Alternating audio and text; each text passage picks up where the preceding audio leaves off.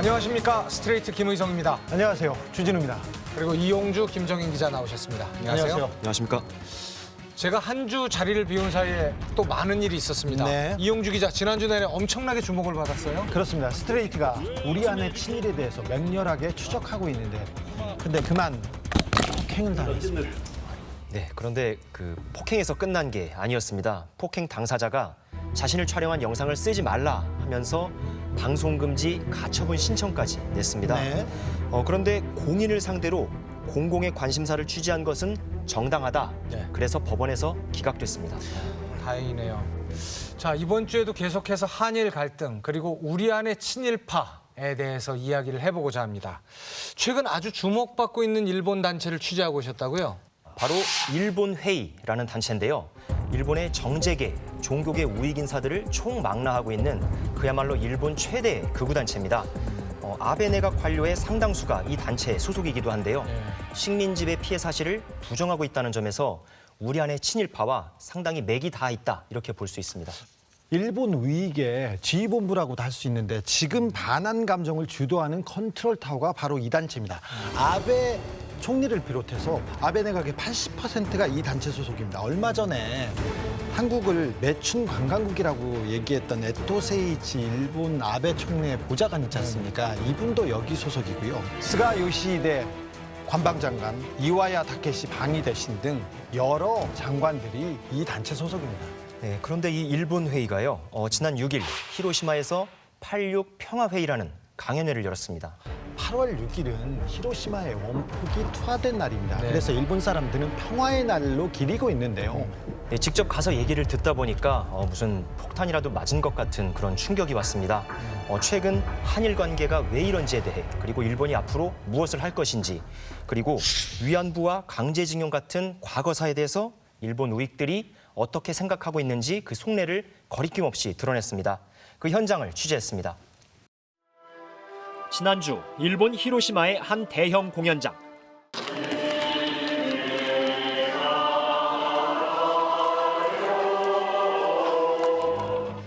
천황의 영원한 통치를 기원한다는 일본 국가 기미가요가 울려 퍼지고 참석자 일동의 묵념이 이어집니다. 히로시마 원폭 투하 74주년을 맞아 열린 86 히로시마 평화회의. 아베 정권의 실질적 기반인 최대 우익단체 일본 회의가 주최한 강연회입니다. 미리 신청한 사람만 들어올 수 있는데 객석을 가득 메운 천여 명 중에는 젊은이들도 적잖이 눈에 띕니다. 대형 일장기를 향해 90도로 머리를 숙이는 강연자. 각종 방송에서 한국 혐오 발언을 계속하고 있는 아오야마 시게하루 자민당 참의원입니다. 今の貨幣価値にすると年収2000万前後一般的にあったと言われてて、それが韓国が性奴隷って言ってるんですよ。整合性がなくてデタラメですよね。 본격적으로 시작된 강연. 한일 갈등을 불러온 일본의 수출 규제 조치는 늦은 감이 있다며 적극 환영했습니다. 無条件で輸出してよしといういわゆるファイト国から除外することができました。これある意味で僕は日本の変化だと思う。役人官僚いい目見やがってと。 박수가 터져나오고 한국을 향해 포문을 열기 시작한 아오야마 의원은 황당한 가짜 뉴스를 쏟아냅니다. ムン・ジェイン大統領と事実を連携して北朝鮮はミサイルを撃っていると思われます。承知の上でやっていることです。 한국의 극우단체 집회에서나 오갈 법한 철진한 색깔론까지. その代わり韓国を飲み込む方向に行く。なぜかムン・ジェイン大統領は足元スコートいろんな人が待ってますが、ムン・ジェイン大統領は学生活動家、学生運動出身です。その時に北朝鮮との連携があったという疑いがずっと指摘されています。 한국을 비난하며 군부를 떼던 그는 과거 군국주의 일본의 침략 만행을 미화하며 진짜 속내를 드러내기 시작합니다. 서구 열강이 아니라 이제는 중국에 맞서 일본이 재무장에 나서야 한다는 주장. 朝鮮半島に対してもアジア全体に対しても日本が新しい役割を果たさないと第二次世界大戦の前のアジアが白人の植民地支配で苦しんだように今度は同じアジア人の中国の支配に苦しむことになる。 일본의 현행 헌법 구조는 집단적 자위권 보장이 아닌 교전 목적의 군대 보유를 엄격히 금지하고 있습니다. 이 조항을 개정해 전쟁 가능한 국가로서의 위상을 되찾자는 게 일본 우익의 수건입니다. 다케시마, 즉 독도를 되찾으려면 전쟁할 수 있는 군대를 가져야 한다는 망언까지 거침이 없습니다. 公選権って何ですか。相手が国だったら何をされても戦うなって書いてあるんですよ。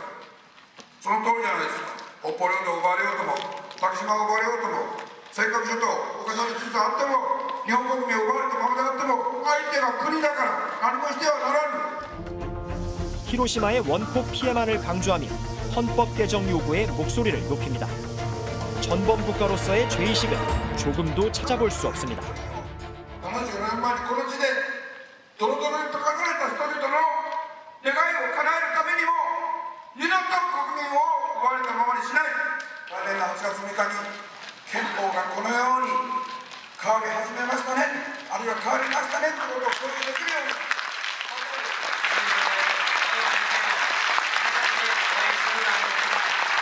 열띤 분위기의 강연회가 끝나자 아오야마 의원의 책을 사거나 일본 회의에 가입하려는 인파로 행사장은 한동안 북적거렸습니다.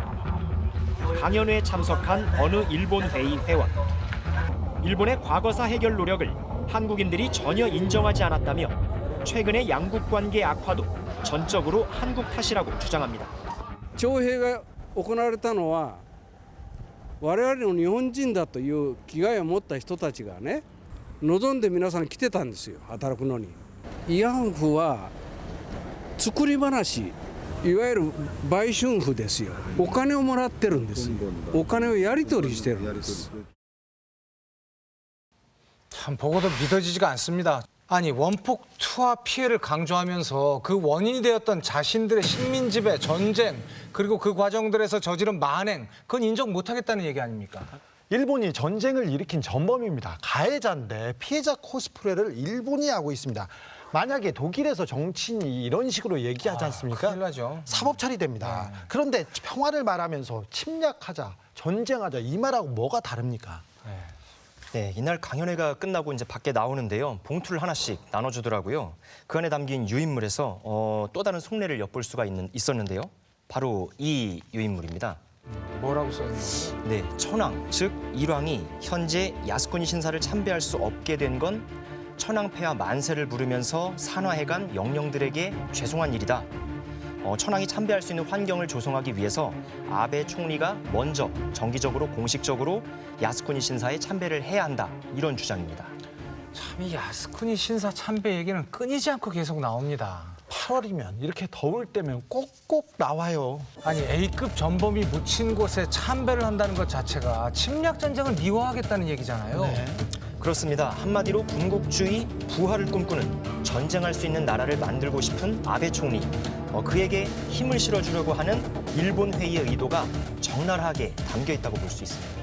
평화국가를 만들겠다면서 계속해서 전범 참배를 하고 위안부, 강제동원 이런 역사적 사실들 계속 부인하고 네? 자꾸 역사를 고쳐 쓰려고 하고 있는데 이게 더 큰 문제 아니겠습니까? 네, 그렇습니다. 흔히 역사 수정주의라고 하죠. 일본의 일부 역사 교과서에서 위안부 얘기가 빠진 지는 오래고요. 지금도 역사 다시 쓰기는 일본 전역에 걸쳐 진행 중입니다. 이를 통해 일본이 그리고 있는 큰 그림은 무엇인지 취재했습니다. 한 사람이라도 살면 우리가 이기는 거예요. 한 사람이라도. 일제강점기 조선인 강제동원의 대표적인 현장 군함도. 조선인의 무덤으로 악명 높았던 이 섬. 4년 전 세계 문화유산에 등재됐습니다.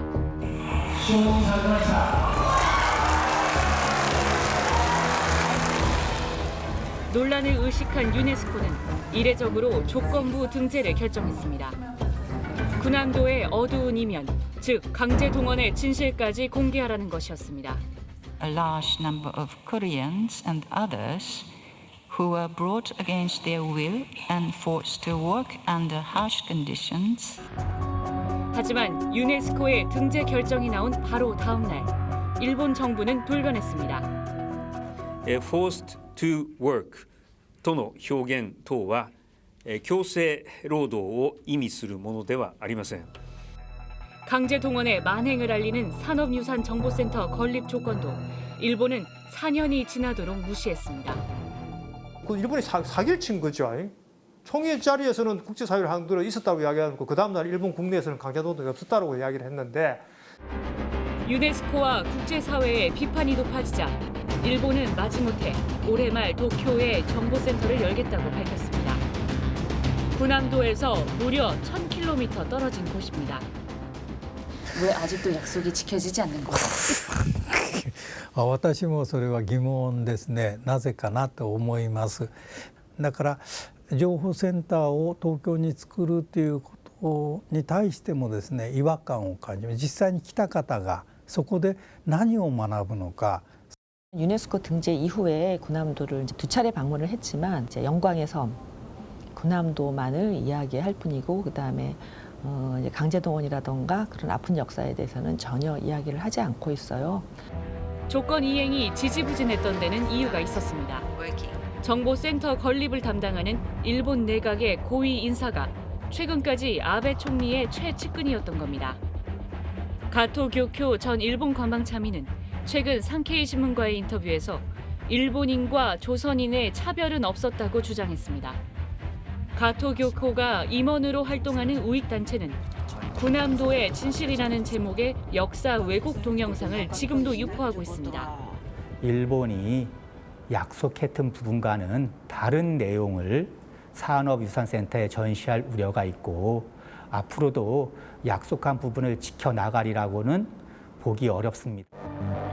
일본은 지난 2015년 군함도를 포함해 23곳을 세계 문화유산의 무더기로 등재하는 데 성공했습니다. 이른바 메이지 유신 산업혁명 유산이라는 명분. 그런데 당시 등재됐던 세계 유산 가운데는 산업시설과는 전혀 무관한 일본의 검은 속내를 드러내는 곳도 있었습니다. 쇼카 손주쿠. 조선 침략의 원흉 이토 히로부미가 어린 시절 공부했다는 사설 학당입니다. 한국을 전벌해 세계로 진출하자는 이른바 정한론을 주창한 학자 요시다 쇼인이 세운 곳입니다. 吉田松陰が主催した松下村塾では明治維新の原動力となる精神が育まれ 요시다 쇼인의 정신은 지금 총리 아베에게도 뼛속 깊이 전해지고 있습니다. 吉田松陰先生の場合はもうみんな尊敬してるんですが、あんな偉大なストイックな人生を歩んだ人物にはなれないだろうと思っていまして 군국주의의 침략 야욕이 싹튼 현장은 세계유산 신청 목록에 슬쩍 끼워 넣은 일본의 속셈. 일본 내에서도 쓴소리가 나왔습니다. 私もその松下村塾が世界遺産になることに対してはあまり理解ができなかったですね。 150년 전 메이지 유신의 황금기를 꿈꾸며 폭주하는 아베 정권. 침략 전쟁은 미화하고 그 과정에서 자행된 수탈과 억압의 역사는 은폐하고 지우는 데 골몰하고 있습니다.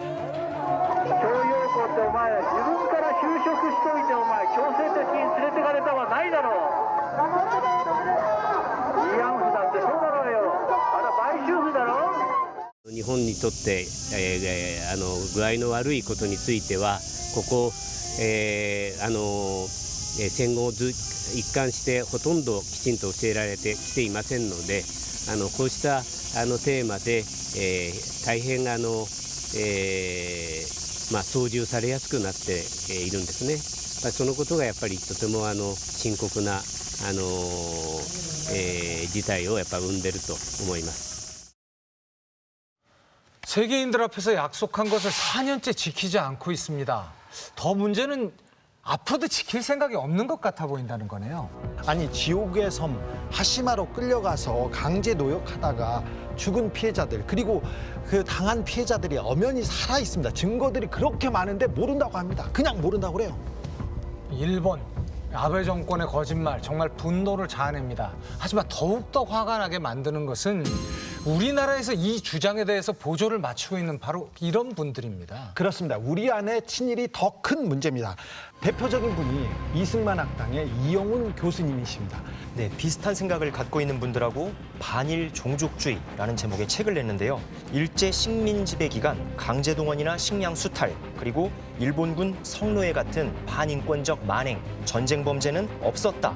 이런 충격적이고 위험천만한 주장을 담고 있습니다. 아니 일본 사람들도 이렇게 말할 수 없어요. 이렇게 말 안 합니다. 그런데 우리나라 사람들이 교수라는 분들이 저렇게 얘기하고 있습니다.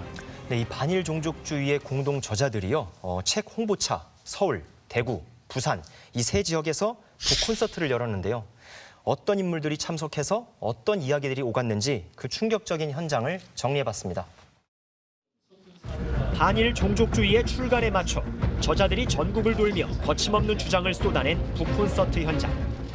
대체로 1987년 이후부터 일본을 악의 세력으로, 악의 종족으로 감각하는 한국인들의 역사의식이 이른바 민주화의 이름으로 깊숙이 한국인의 마음을 오염시키기 시작을 했습니다. 저자들뿐 아니라 각계 참석자들까지 우리 국민들의 반일 감정을 성토하는 데 열을 올립니다. 이영훈 교수의 은사로 소개된 안병직 전 서울대 교수. 해방 이후에도 일본은 한국과 같은 편이라는 점을 부각하면서 한국 정부를 겨냥한 일본의 최근 경제적 도발을 두둔합니다. 한반도 남쪽에 제대로 된 나라를 하나 세워가지고 앞장 세워서 같이 싸우자. 그런 국가를 만들기 되거든. 일본이 오직 문재인 정권에 대해서 어떻게 타격을 줄 것인가. 그것이 기본 목표. 괜히 쓸데없는 반일 민족주의 그런 거 할 필요 없어요. 강제징용은 젊은이들이 일본에 대한 로망을 자발적으로 실행한 것이다. 위안소는 위안부의 입장에선 수요가 확보된 고수익 시장이었다. 국민의 통념과는 너무도 다른 책의 내용 전반에 공감한다는 뜻일까? 심지어 국회 부의장 출신, 또 장관 출신 현역 의원들도 힘을 보탰습니다. 이영훈 교수님이 반일 종족주의 책을 읽고 그걸로 무장한 전사가 돼서 열심히 해보도록 하겠습니다. 이게 100만 권이 팔려가지고 전 국민이 정말 우리 눈을 뜨고 이 한일 문제에서 좀 더 미래지향적으로 갈 수 있도록 할 수 있는 역할이 있다면 다 노력을 하겠다는 말씀을 드리고. 대구에서 열린 북콘서트에는 박근혜 정부 시절 청와대 대변인도 마이크를 잡았습니다. 이영훈 교수님은 제가 신무사 논서실장을 할 때 대한민국에서 가장 위대한 학자라고 저는 판단해서 소식을 듣고 달려왔습니다. 도착되고 여러분들한테 인사를 드리러 왔던 겁니다. 잘 받아가고 와서 보니까 도착 외국어가 너무 많아요. 사실은 제가 도착 외국입니다. 일부 학자들도 가세했습니다. 대법원의 강제징용 배상 판결에 맹비난을 퍼붓더니 대법원 판사들이 내린 그 판결문을 여러분 보시게 되면은 그 전부 다 반일 종족주의인 거 생각에 사로잡혀 있는 겁니다, 여러분.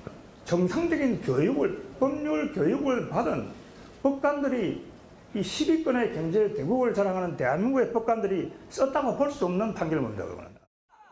일본 상품 불매운동을 조롱하며 지역 감정을 부추기는 듯한 발언도 합니다. 광주에 고등학교에서는 지금 볼펜 제로에 일본 제품이 들어있다고 해서 볼펜을 깨뜨리기 그런 쇼를 하지 않습니까? 그러면서 하필 또 집에 가서는 닌텐도를 하는 거죠. 그럴 겁니다. 거침없는 비난의 표적은 일본군 성노예, 즉 위안부 문제였습니다. 역사적 사실 자체를 부정하는 주장부터 아무 얘기 없다가 갑자기 90년대에 튀어나오는가. 근데 보니까 그런 게 없었다는 거죠. 그런 기억이 없기 때문에 전승이 안 된 건데 이게 뻥튀기가 되고 부풀려져서 되는데 참 큰일이라고 생각되는데 인터뷰하는 사람들이 유도라고 그럴까? 그쪽에 자꾸 맞춰지는 경향이 있는 거 아닌가. 망언 수준의 비방과 모략까지 거침이 없습니다. 이분들은 일본하고 이게 타격이 되면 안 된다는 거예요. 끝까지 가야지 자기들이 할 일이 있기 때문에 어떠한 물질적 보장도 안 되고 타결도 안 되고 그냥 탈레반이죠, 탈레반. 근본주의자들, 원리주의자들. 끝까지 그냥 반일을 극단적으로 가서 나라가 망가지든지 말든 국익이 해치든지 말든 끝까지 가서 그냥 부딪혀가지고.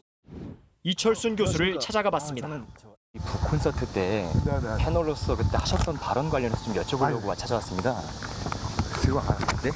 지금 안 할래. 그거 괜히 민감해가지고. 부산대 정책교학과 교수라고 이제 밝히시고 그 자격으로 말씀을 하신 건데요. 좀 책임 있게 답변을 좀 해주셔야 되는 거 아닙니까? 그리고 정대협 관계자분들을 그때 또 탈레반이라고 지칭을 하셨습니다. 이게 좀 어떤 근거로 그렇게 지칭을 하셨던 건가요, 교수님? 네? 그만하시자고. 교수님. 확신에 찬 모습으로 발언을 하던 때와 달리 취재진을 피하는 데 급급합니다. 어떤 근거로 그런 좀 발언들을 하셨는지가 궁금해서 여쭤보러 온 겁니다. 아니 교수님 여기 지금 화장실에서 계속 이러고 계실 수는 없는 거잖아요. 그 영상으로 끝내고 그냥 추가 취재하지 마시고 너무 방송을 타면 더 민감해지니까. 반일 종족주의의 개별 저자들에게도 각자 주장의 배경을 물었습니다. 먼저 동국대 김당년 교수. 그는 일제의 필요에 따른 쌀 반출을 두고 강제로 빼앗았다는 의미의 수탈이 아니라 정상적 거래인 수출이었다고 주장하고 있습니다. 지금 자료에 매몰된 채 왜곡된 주장을 하고 계신 게 아닙니까? 왜곡된 질문을 하고 있습니다. 왜곡된 질문을 하고 있잖아요.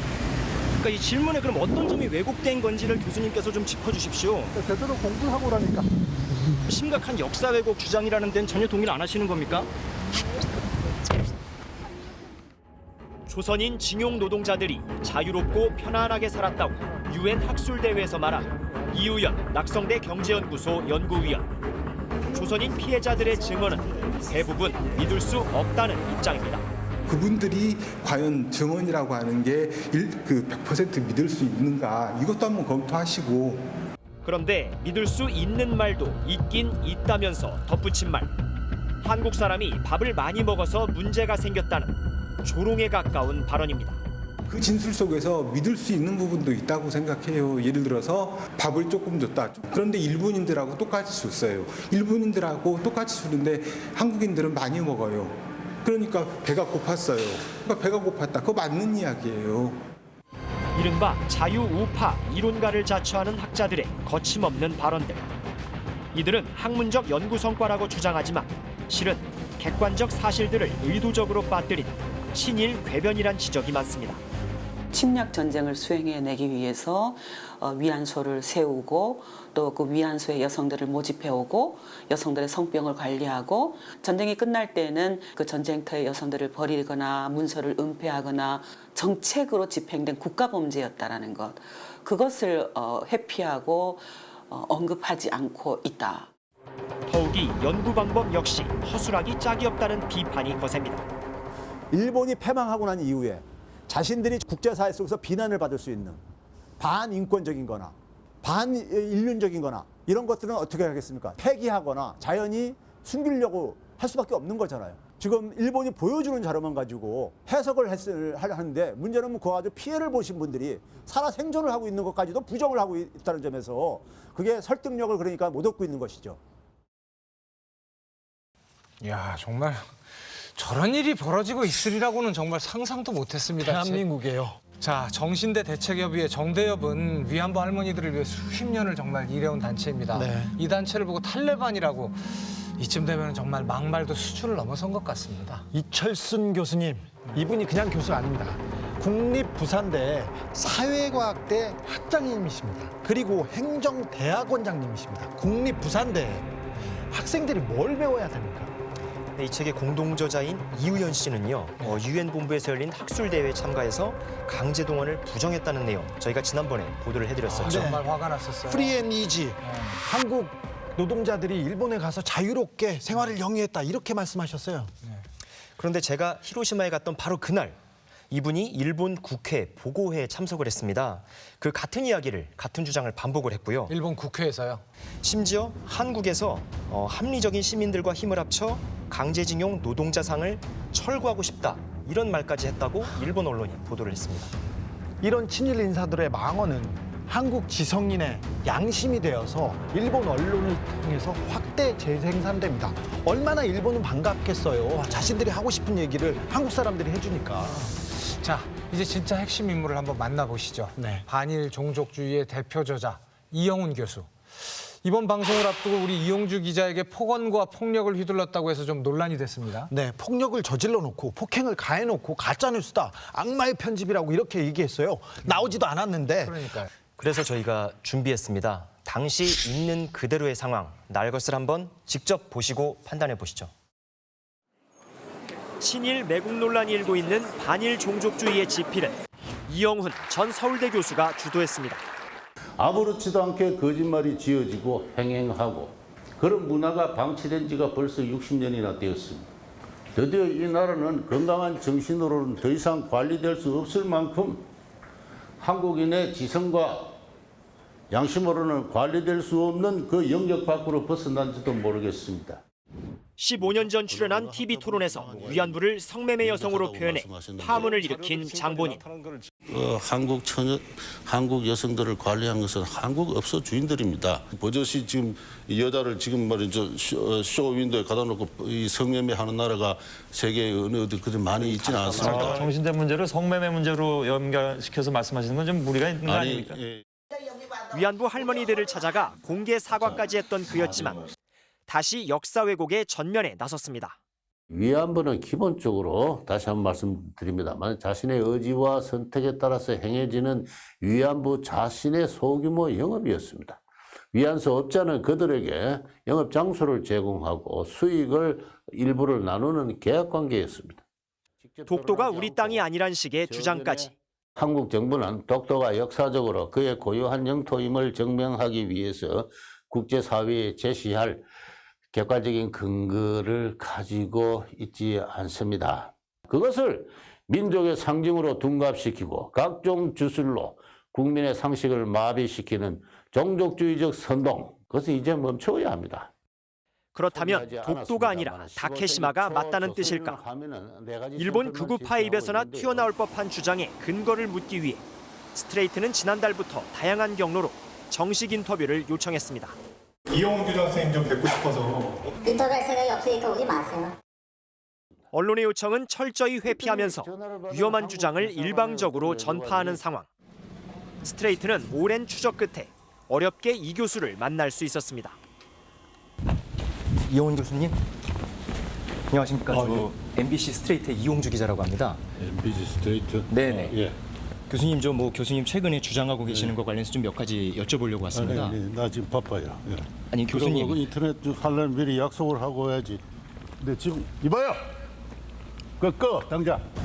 이 교수는 격한 반응을 보였습니다. 사전에 약속되지 않았다는 게 그 이유였습니다. 카메라를 보자 더 과격해지기 시작합니다. 교수님 이렇게 주먹질을 하실 게 아니고요. 교수님 최근에 가요. 여러 가지 주장을 하고 계시잖아요. 그 주장을 그게 하는... 바로 심각한 역사 왜곡이라고 생각 안 하십니까? 내 책 읽었어요? 네, 다 읽었습니다. 숱하게 읽었습니다. 하고 계신 강의, 자료 다 읽었습니다, 교수님. 그래요? 네. 좀 말씀을 좀 해주시죠. 할 필요 없어요. 아니 왜 필요가 없습니까? 왜 아침에 이렇게 무리하게 이렇게? 아니, 내가 저희가 지금 바쁘게 가고 있는데. 교수님 가는 길을 막는 내가 것도 지금 아니고요. 바쁘게 가고 있어요. 교수님. 나하고 약속한 바 없어요. 가서요. 그럼 그거 끄세요. 교수님, 정대협 측의 공개 토론도 제의하셨잖아요. 했어요. 좀 있으면 할 거예요. 예, 그런데 왜 지금 저희한테는 언론에는 말씀을 못 해주십니까?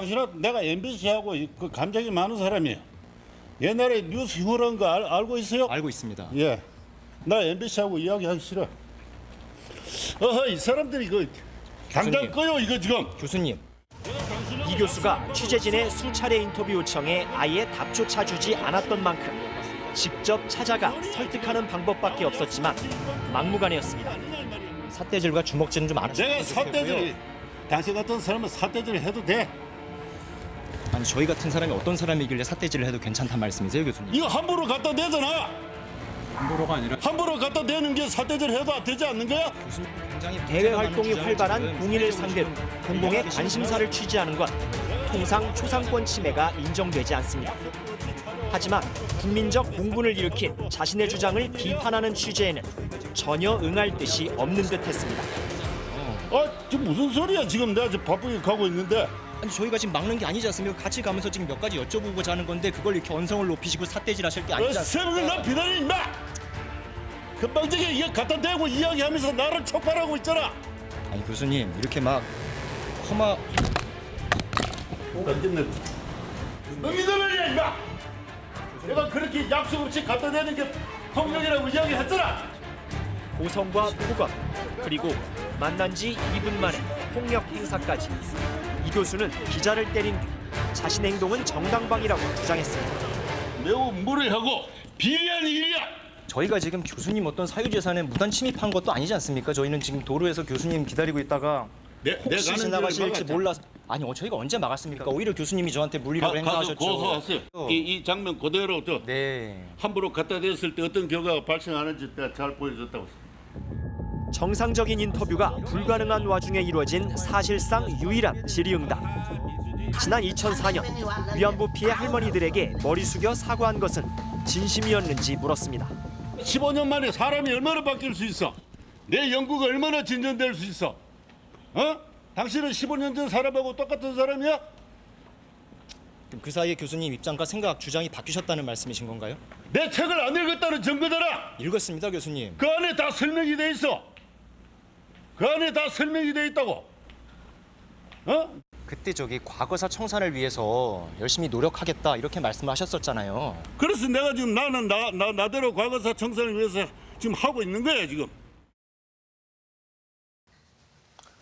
아니 저분 저렇게 사람 때려도 됩니까? 아니 일제시대 그 식민 통치도 그렇게 이성적으로 분석하시는 분이 계속해서 기자가 그 질문을 했다고 저런 식으로 이성을 잃어버려도 되는 겁니까? 최고의 지성인이라는 분이 말이에요. 네, 이분이 예전에 올린 칼럼을 보면 이런 말도 있습니다. 개인이 폭력을 행사하는 일은 자신의 생명을 보호하기 위한 정당 방위인 경우에만 가까스로 인정된다고요. 아니 그럼 이용주 기자가 이분의 생명을 위협했다는 얘기입니까? 아니 이용주 기자의 취재가 자신의 학자의 생명을 위태롭게 만들었다 이렇게 좀 저는 위기의식을 봅니다. 느끼는 것처럼 네. 보였어요. 네. 네. 네, 이영훈 교수 본인은요. 기습적인 인터뷰와 촬영에 맞선 정당방위였다 이렇게 주장을 했습니다. 아니 그럼 취재 기자를 폭행한 다음에 취재 기자 폭행 피해자한테 맞을 짓을 했다 이렇게 지금 얘기를 하는 건가요? 아니 맞을 짓을 하면 때려도 됩니까? 때려도 돼요? 이분 굉장히 위험한 발언입니다. 이 폭행한 가해자가 폭행당한 피해자한테 너가 잘못했다, 너가 맞을 짓 했다. 이거 누구 기억나지 않습니까? 꼭 일본이 지금 하는 행태와 이영훈 교수님의 행태가 그대로 닮아 있습니다. 네, 이분이 낸 방송금지 가처분 신청서에는 사실과 다른 내용들이 좀 있었는데요. 네. 먼저 사전에 인터뷰 요청이 없었다 이런 거짓말을 하셨고요. 계속 인터뷰 요청을 거절하다가 뺨을 후려쳤다라고 하셨는데 방금 전에 보신 것처럼 만난 지 불과 2분 만에 폭행이 벌어졌습니다. 그리고 원치 않는 인터뷰는 폭력이다 계속 이렇게 주장을 했습니다. 하지만 이건 부정이나 비리 고발, 권력 감시 같은 건 하지 마라 이런 얘기랑 같다고 볼 수 있겠죠. 그런데 정말 큰 거짓말은 더 문제입니다. 강제동원도 성노예도 없었다. 이런 주장은 정말 기가 막히지 않습니까? 네, 그렇습니다. 수많은 강제동원 피해자 그리고 수많은 위안부 할머니들이 있습니다. 몇 마디 말로 가리려고 해도 증거가 차고 넘치는데요. 70여 년 전 이분들이 실제로 생활했던 그 한이설인 현장을 다녀왔습니다. 일제의 군합발이 지나는 곳이면 어김없었던 강제동원과 위안부의 참상. 중국 최남단 하이난 섬도 예외는 아니었습니다. 하이난 섬에서도 남쪽 끝 사냐시, 거기에서 2시간 더 들어가는 작은 마을. 모은응춘이라고 한글로 적힌 마을 이름이 눈길을 끕니다. 이거 한국의 위안부 他就不回国了，然后呢一直在保安墓碑呢。 위안부의 묘비. 고국에서 2,700km나 떨어진 이국의 외딴 섬에도 만행의 흔적은 남아 있습니다. 有一个他的墓碑，我帮你去问一下。我去和他们沟通。就是在大公路上面。 취재진은 마을 주민의 안내에 따라 조선인 위안부의 묘를 찾아 나섰습니다. 那个山丘那里，在农家乐那里。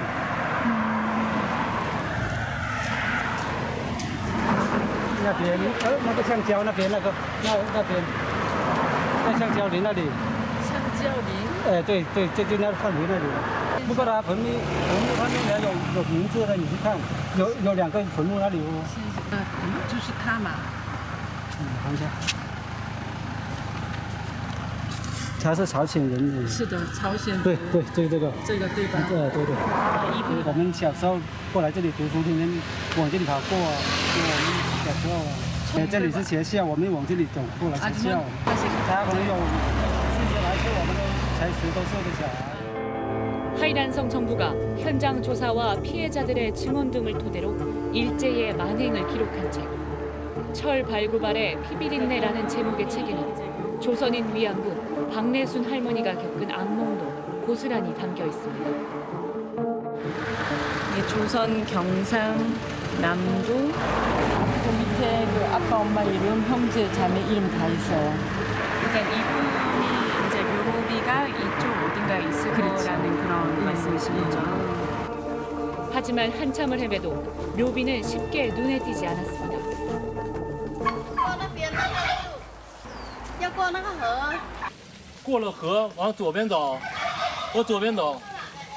더 올라가라고 하는 것 같은데. 하양 쌍치마. 더 올라가라고. 그렇게 숲을 속에서 20분. 여기 무서워서 못 가겠다 이거. 여기 앞에 하나 있는데요. 아, 지금 뭐가 하나 있네요. 맞아. 여기에요. 여기 있어. 이렇게 계시면 우리가 어떻게 찾아와요? 응? 이렇게 계시면 우리가 어떻게 찾아와? 결국에 찾았다. 1912년에 태어나서 1995년에 돌아가셨고 여기 계시는 분은 한국 교포 노동자 내순, 이름이 내순입니다. 한국 성이 박씨의 묘. 여기 아예 이렇게 써 있네요. 한국 동포라고. 생전에 박내순 할머니는 자신이 몸소 겪은 비극을 중국 정부의 조사원에게 꼼꼼히 증언했습니다. 나는 조선 경상남도 함안군 여항면 내곡리 사람입니다. 일본인은 우리 고향에서 젊은 부녀자들을 모았어요. 밥을 해주거나 빨래 혹은 부상자를 간호하는 일을 하면 받은 월급을 집으로 보낼 수 있다고 했습니다. 1941년 일본군의 후방에서 봉사하는 일을 하는 줄 알고 중국에 건너왔다는 박할머니. 하지만 일본인 모집책에 새빨간 거짓말에 속은 대가는 참혹했습니다. 일본 여자가 우리를 보며 이번 신체 검사는 대동아시아 성전과 황군을 위해 봉사하는 거라며 희생 정신을 가져야 한다고 했습니다. 옷을 벗으라고 했지만 아무도 움직이지 않는 것을 보고 일본 여자는 몹시 화를 내며 맨 앞줄의 여자아이를 앞으로 불러서는 강제로 옷을 벗게 했습니다. 17살, 18살밖에 안 돼 보였습니다. 여자아이는 여전히 움직이지 못했습니다. 겁에 질린 50여 명의 소녀들이 보는 앞에서 끔찍한 성폭력이 자행됐습니다. 일본인이 가까이에 있는 우람하고 건장한 남자에게 손을 흔들자 2명은 여자아이를 이들 앞에 놓고 교대로 강간했습니다. 여자아이는 고통스럽게 발버둥치고 소리를 질렀지만 소용이 없었습니다.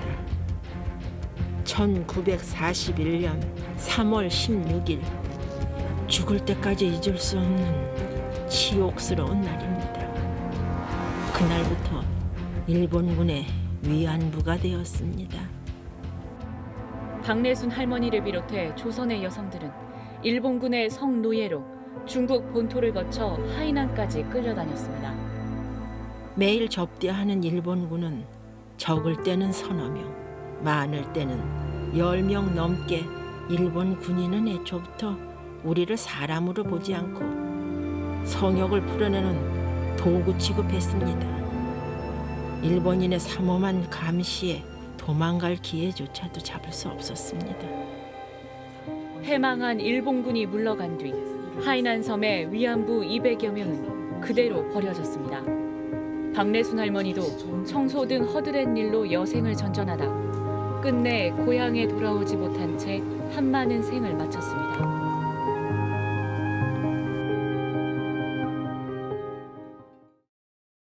이영훈 교수는 이 영상을 보고 뭐라고 하실지 참 궁금해집니다. 가슴이 아픕니다. 속아서 끌려갔습니다. 그 모든 고초를 겪었습니다. 그런데 해방이 됐는데 돌아오고 싶은 고향에 못 돌아옵니다. 할머니가 나중에 이런 얘기를 하셨어요. 너무 치욕스러워서 못 왔다고. 네, 고 박래순 할머니는 숱한 폭력에 시달렸지만 도망가고 싶어도 어디로 도망가야 할지 몰랐다. 그리고 죽고 싶었지만 고향에 있는 가족들을 떠올리면서 죽을 수 없었다. 이런 증언을 남기셨습니다. 아니 이런 기록을 보고도 어떻게 자발적이라고 이런 얘기를 할 수가 있습니까? 그것도 우리 교수라는 사람이, 우리나라 학자라는 사람이. 네, 그렇습니다. 이 위안부 문제와 함께 항상 잊지 말아야 할 분들이 있습니다. 박래순 할머니처럼 속아서 끌려간 강제징용 피해자들 말인데요. 네, 일제강점기 시기 하이난 섬에는 조선인 노동자 약 2,000명 정도가 강제 동원됐다고 하는데요. 유골이 집단으로 매장된 장소가 있습니다. 저희가 취재를 하다 보니까 이 지역에 동물의 사체까지 묻히면서 현장이 심각하게 훼손되고 있는 그런 상황이었는데요. 대체 무슨 일이 있었던 건지 취재했습니다. 하이난섬 남단 사냐시의 해안마을. 지금은 평화로워 보이지만 한때 서슬퍼렀던 일본군 기지였습니다. 1939년 하이난을 점령한 일본군은 이곳에 조선인들을 강제로 동원해 비행장과 항만 등을 건설했습니다.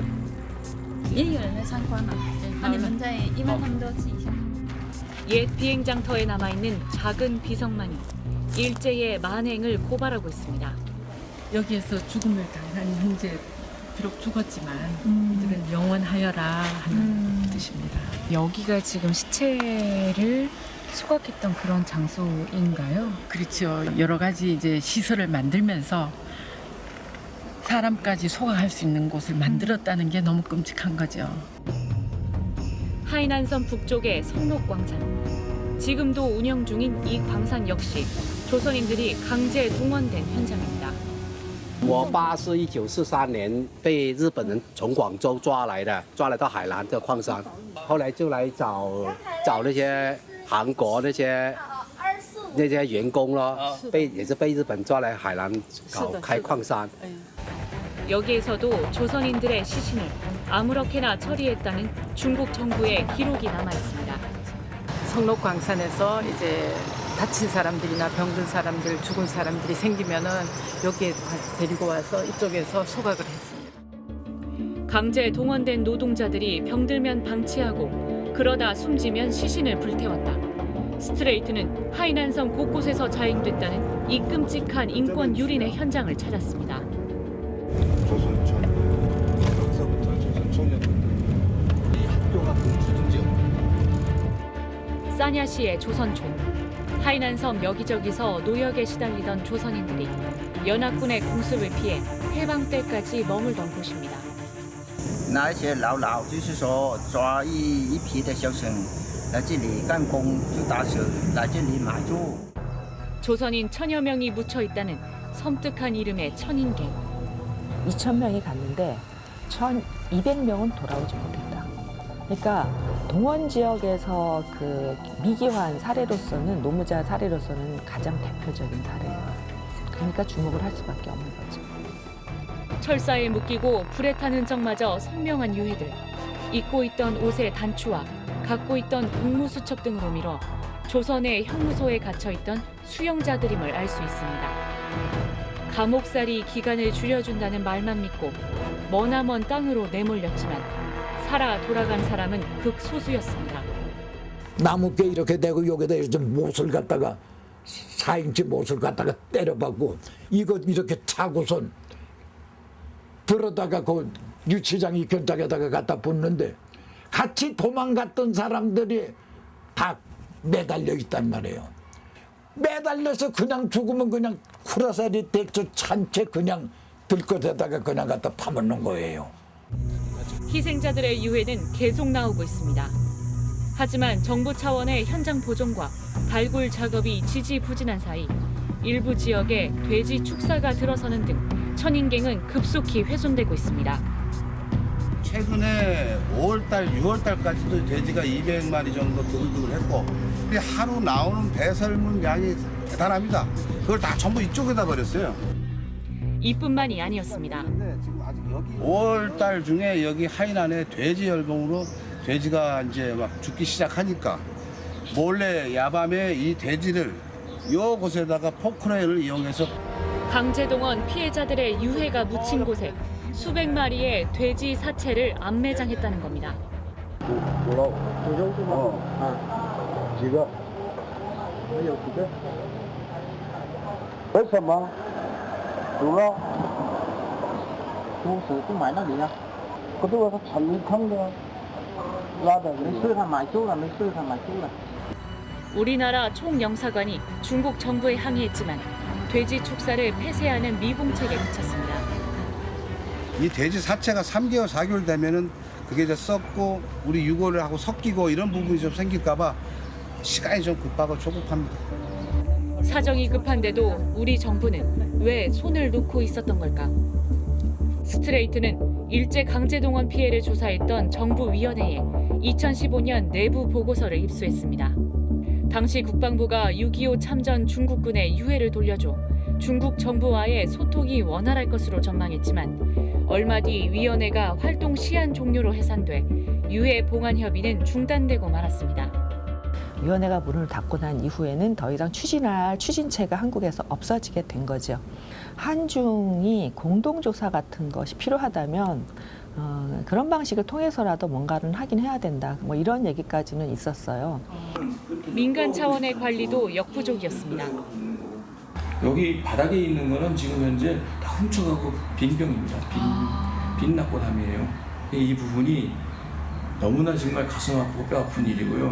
다 조상 아닙니까? 조상들을 좀 편하게 보셨으면 하는 마음. 최근에서야 정부가 유해 봉안을 추진하기 시작했지만 시간이 많지 않습니다. 국회에서 예산을 확보해가지고 단계별로 조사라든지 그다음에 시설물 보수라든지 유해 봉안에 대한 기초적인 유전자 검사라든지 동연수 기법이라든지 해서 남북한 유해를 먼저 구분한 다음에 절차적으로 봉안하는 방법. 이제 희생자의 유족들까지 하나둘 세상을 떠나고 있는 절박한 상황. 남편과 아버지가 왜 먼 나라에서 죽어가야 했는지, 왜 아직 돌아오지 못하는지 이들은 묻고 있습니다. 결혼 1년 만에 남편을 잃은 23살의 세댁은 100살 노인이 됐습니다. 너무 불쌍해서. 끝내 만날 수 없는 남편에게 전하는 한마디. 걔를 첫때 불쌍해. 아버지 노릇 한 번 못하고 세상을 떠나갔으니 보고 싶은 생각 그 불쌍하고 한 번 만나서 다시 한 번이라도 만나서 한마디라도 하고 없어졌으면 왜라 괜찮지. 그러나 어디서 한마디를 해.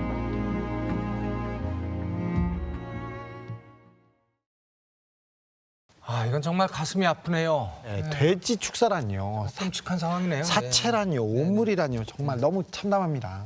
네, 지금도 수백 구의 유골이 그대로 묻혀 있을 것으로 추정되는 만큼 빠른 조치가 절실해 보이는 상황입니다. 이 노동자들은 먼 타국에서 돌아가신 뒤에도 계속해서 수단을 당하고 있는 겁니다. 그렇습니다. 강제징용 피해자들의 흔적은, 증거들은, 근거들은 너무 많이도 널려 있습니다. 70여 년이 지나도 돌아오지 못하고 있는 유해들이 고향으로 그리고 가족들의 품으로 어서 빨리 돌아와야겠습니다. 이틀 뒤 14일은 세계 일본군 위안부 기림일입니다. 1400번째 수요 집회가 있는 날이기도 합니다. 위안부 피해 사실을 알린 할머니들 가운데 이제 20분이 살아계십니다. 일본이 직접 사죄할 기회도 시간도 얼마 남지 않았습니다. 위안부, 강제징용 문제는 단순한 국가 간의 외교 문제가 아닙니다. 전쟁 범죄이자 제국주의 국가 권력이 개인의 인권을 유린한 인권 유린 범죄입니다. 누구도 부인할 수 없는 역사적 진실을 바로 세울 그날까지 스트레이트는 열심히 뛰겠습니다. 끈질긴 추적 저널리즘 탐사기획 스트레이트. 저희는 다음 시간에 찾아뵙겠습니다.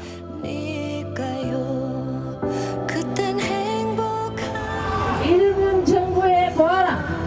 이 여러분들이 다 죽기 전에 하루 빨리 사죄하라고